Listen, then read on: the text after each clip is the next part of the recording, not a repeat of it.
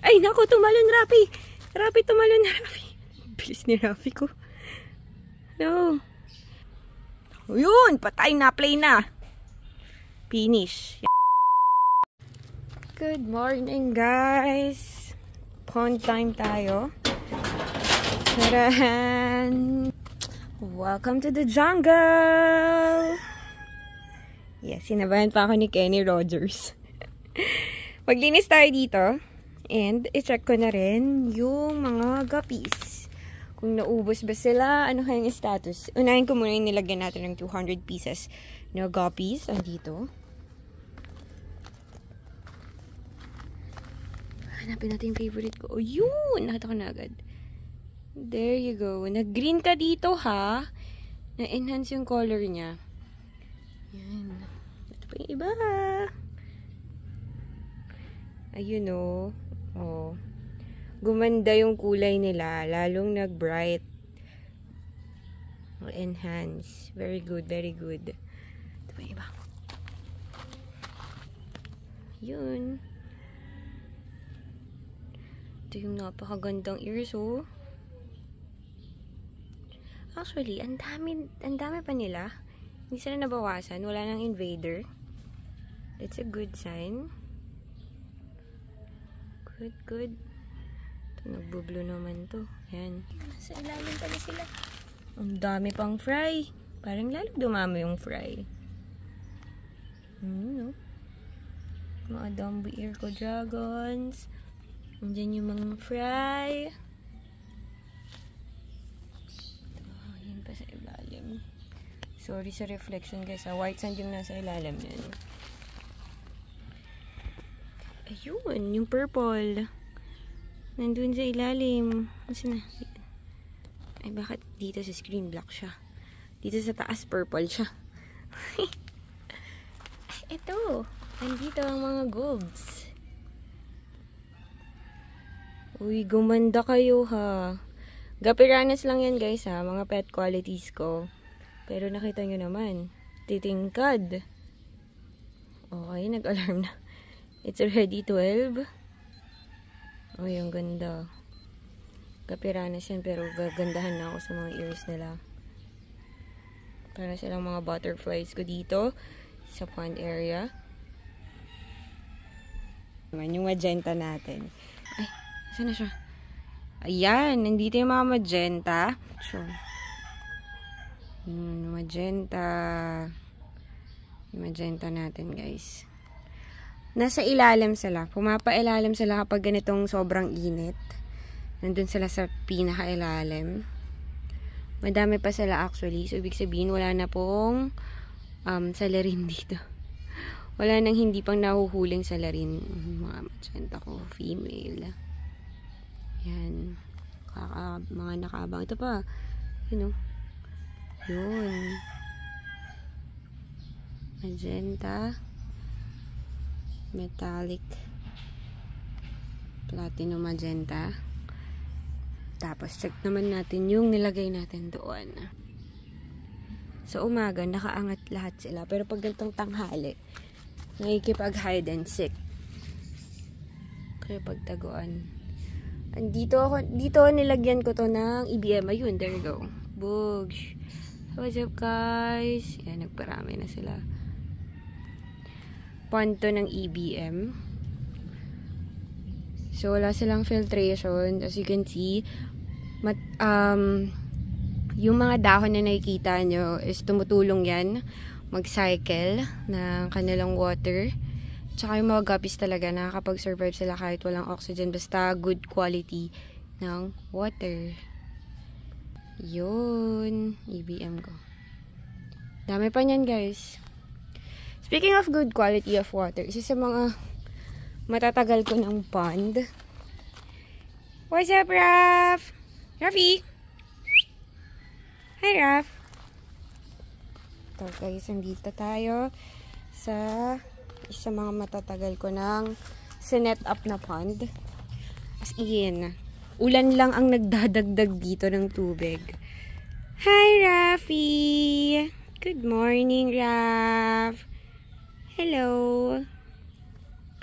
So, eto, nakita nyo kung paano naging malinaw na malinaw to. Kapag ganitong hindi umuulan, puro araw lang. Yan. Ganyan yung kulay niya. Guys, sobrang tagal na ng pod na to. Well-cycled na siya. Meron na silang sariling ecosystem dito. Ayun yung mga guppies ko, yun oh. Yan. May mga guppies ako dito. I think isa sila sa mga nakatulong mag-cycle. Ayun oh. May Dumbo ear pa dyan oh. Mag-cycle neto. Nagpo-produce yan eh. Makikita nyo may mga fry pa oh. Ano may mga juvie. Yan. Madami akong guppies dito. May mga cichlid, may mga turtles. Ito yung, ayun oh. Ang dami. Sobrang dami. Ang daming guppy dito. Siguro nakakain nila Rafi. Pero hindi eh. Ang dami pa din eh. Konti lang siguro nakakain nito. Ilan nakakain mo sa mga guppies? Survey lang. Baka may masabi ka dyan. Mga ilan kaya? Pero nagre-reproduce kasi sobrang okay yung tubig nila. Kaya pinatayan na natin ng filtration. Hindi to na-drain. Wala, hindi natin siya ginagalaw. As it is lang siya. Pero very healthy ng mga cichlid. Kung napapanood nyo yung mga previous vlog natin, ang konti lang nilagay na cichlid dito. Pero tignan nyo ngayon, napakadami. Nasa ilalim nga lang sila. Tsaka green. Kapag ganitong green yung tubig, kapag ganito yung itsura ng pond nila, ayun, maangat na sila. Mga green terror ko. Ayun yung mga cichlid. Dami, diba? Kapag ganyan yung status ng pond natin, asahan nyo kapag umulan, sobrang magiging malinaw yan. And makikita nyo may bago na naman akong mga cichlid. Ilan lang yung nilagay ko dito pero ang dami na nila. Ito, ang dami oh. Nakita nyo ba? Oh, yun oh. Daming guppy nakapag-reproduce pa nga. Ayan yung cichlid, yung yellow. Sabi nito ni Rafi, nagbibintangan mo ako kumain ha. Ayan, tinawag niya lahat. Ayan, may mga fry pa. Sorry na, Raf. Hindi mo pala kinain. Nasa ilalim lang sila. Mainit kasi guys eh. Pumailalim muna sila. So yun. Ito yung, I think, 2 years, 3 years na to. 3 years na yata o 4 years. Something like that. Basta matagal na to. Taon na to. Hindi na di-drain. Tubig, ulan lang talaga yung isa sa mga tumutulong din kapag sobrang init tapos nag-evaporate yung water. Tubig, ulan yung nagdadagdag. Kaya sobrang healthy na ng mga fish, cichlid, guppies, turtles na nandito. Yan o. Dami. Dami. Ito pa, webo. Mga fry. Yan. Ito, may magenta pa dyan o. Nagre-produce pa nga. Gagi, wag ka magkakamaling tumalon dyan. Nakaw, painis ka. Yun. Habang nakatalikod si Rafi, pare ko. Habang nakatalikod si Rafi, go. Tumawid ka na, dun ka dumaan. Oh, yan na. Tumitingin na si Rafi, yari ka. Oh, yari ka, delikado ka dyan. Nako. Bumabahan na si Rafi. Nasense ka na niya. Ayan na, nagmamadali pa. Rap! Ay, nako, tumalon Rafi. Tumalon na Rafi. Bilis ni Rafi ko. No. Hoy, laruin mo lang ha. Huwag mong sasaktan. Oh, nagpaalam ka pa. Ayun, palisin mo yun. Bawal siya mangitlog dito. Doon, yun o. Though, so far, wala pa naman nangingitlog pala ka dito. Ayun yung green terror ko. Hi. Go. Hindi siya nagmo-move. Floating lang siya. Ayan, go. Survive. Come on, maabot ka na ni Rafi. Naku, yari. Ayan na. Naku, yari ka. Run for your life. Swim. Yari ka dyan. Nakikipaglaro lang naman yan. Kung kakagating ka naman yan, hindi naman niya masyadong play lang daw kayo. Play lang. Yun! Patay na! Play na! Finish. Yan ang sinasabi ko sa'yo. Ganyan yung gusto niyang laro. Sa ilalim kayo maglalaro. Ayan, umangat pa. Uy! Sabi ko sa'yo eh. Uy! Angas. Yan. O, diba? Play lang daw kayo. Play lang. O. Play lang kayo ni Rapi. Bawal ka kasi dito. Oh. Lunod-lunuran yung laro nyo. Patagalan ng hininga sa ilalim. Ay, baka maging wallet ka sa tiyanggi. Oh, ganyan talaga yung makipaglaro si Rapi. Hindi ka man sasaktan yan. Babalik ka lang din yan sa surface. Ayan o. Atid ka niya sa surface. Ay, bawal nga invader kasi dito. Binarningan na kita eh. Oh. Ayan. Buhay pa. O, diba? Play lang naman kayo eh. Hindi ka naman nasaktan. Nakipaglaro lang. Taya-tayaan. Sabi ko kasi sa'yo, tumakbo ka ni. Ayaw mo kasing maniwala sa akin. Go. O, diba? Play lang eh. Oh. Laro lang. Ito naman oh. Kikipagbiroan lang si Rapi. Bogs. O, diba? Best friend na yan. Kamustahin muna natin si Rapi. Wala yung sugat, guys. O, wala yung sugat. Naipaglaro lang talaga si Rafi. Kabado siya 20 times. Kabado 20. Lumabas ka na kasi, Mr. Frog. Bala ka. Di ka titigilan yun ni Rafi mamaya. Karat pa naman na ni Rafi. Tinis na ako.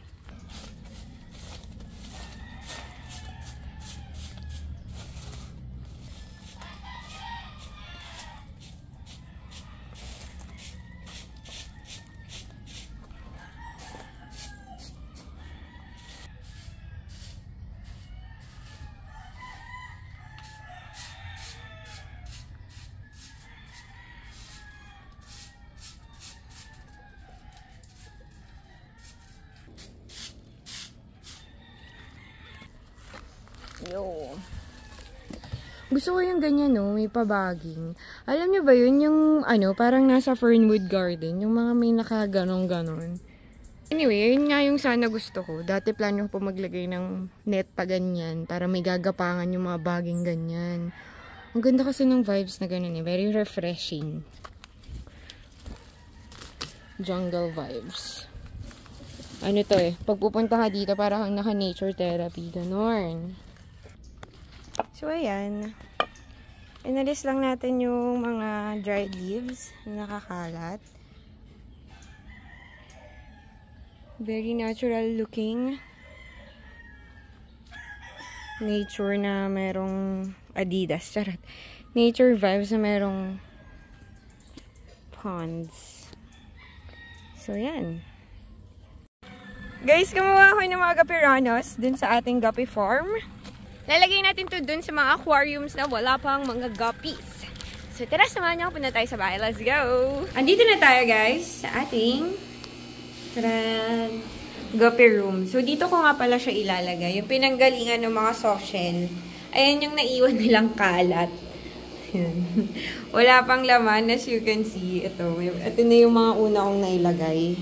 Yan, nandito yung mga nauna na. Saya-saya nila. Happy yan, guys. Ito si Millie. Alam nyo, guys, awang-awa talaga ako.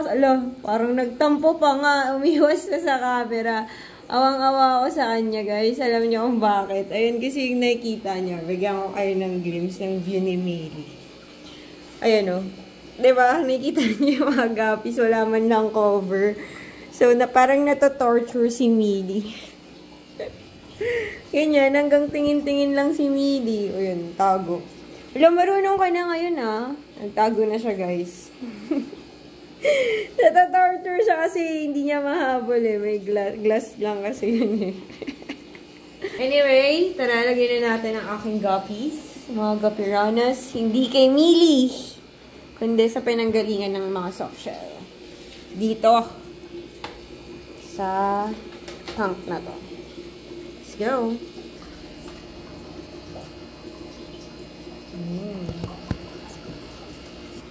So guys,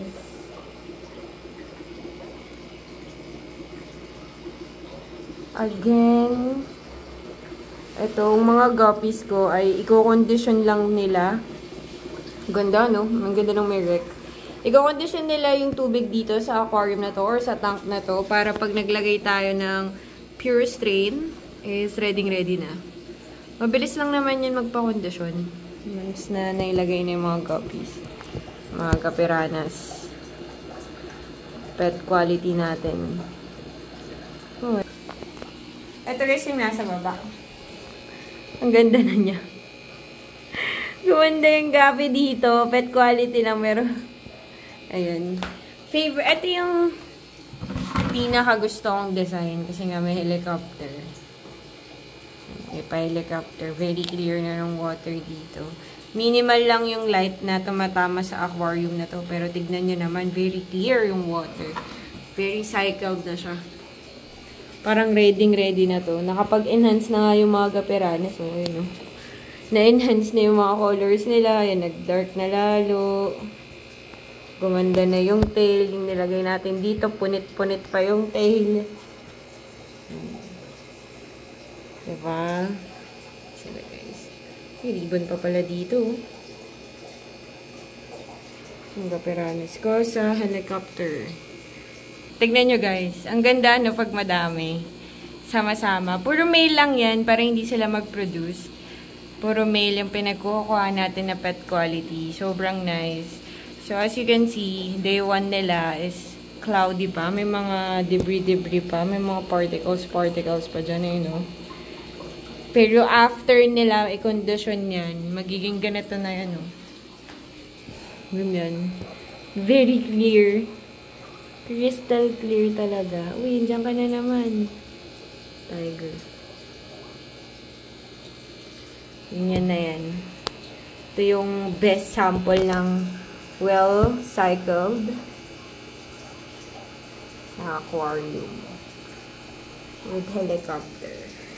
So that's it na guys for today's episode. I hope you like it. Don't forget to like, share, super thanks, and subscribe. See you guys again on my next vlog. Bye guys!